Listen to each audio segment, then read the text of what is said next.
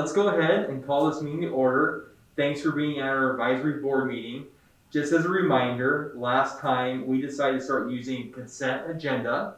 That was so we could save some time on the business of the business and focus more of your time on the strategic discussion we have to have at our board meetings.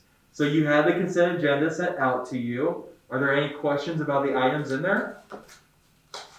Hearing none, can I have a motion to approve the consent agenda?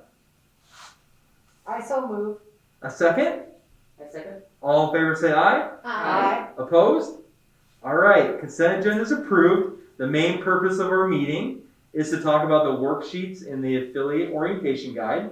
So I'm going to turn it over to Rebecca to start that discussion. Yeah, thanks, Joe. So there are 6 worksheets included in our orientation guide for our affiliate advisory boards to work through during their meetings.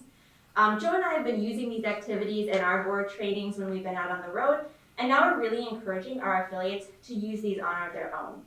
Each activity takes about 10 to 15 minutes to complete, and we recommend that you use them at the beginning of your meetings as an icebreaker and as a way to get your mindsets focused in around the Community Foundation. All of our board members here today, thank you so much, completed and reviewed one of the worksheets, so I'm so excited to hear what your thoughts were about them. Sally, can we start with you? Yes. Well, thanks, Rebecca. You know, I have been on the board for years, and I still find it really hard to explain what the Community Foundation is. People in the community know that we get award grants. Everybody knows about that, but it's our work with our donors that I've always had more trouble explaining. So I used this metaphor exercise, and I really liked it because it gave me some ideas about how to talk in terms that people already are familiar with and understand. And because I'm a gardener, and a lot of people I know are, I thought I'm going to use a gardening metaphor. So now I tell people that the Community Foundation is like planting tulips. So, you know, with tulips, you plant them in the fall, and in the spring, you see these beautiful flowers. Well, with the Community Foundation, individuals can plant their tulips by putting money in a fund at the Community Foundation that's going to serve the community for years and years to come. And I think that metaphor has really helped people understand. Sally, that's awesome that you've learned how to talk about the Community Foundation using the metaphor exercise. Bridget, let's go to you. Okay.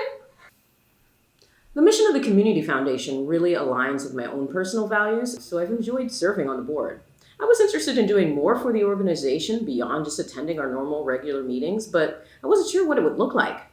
Reviewing the board activity menu has shown me that there's so much more I can do to support the Community Foundation, like writing thank you notes to donors, providing a list of potential new board members, and organizing a presentation with one of our local civic groups or committees.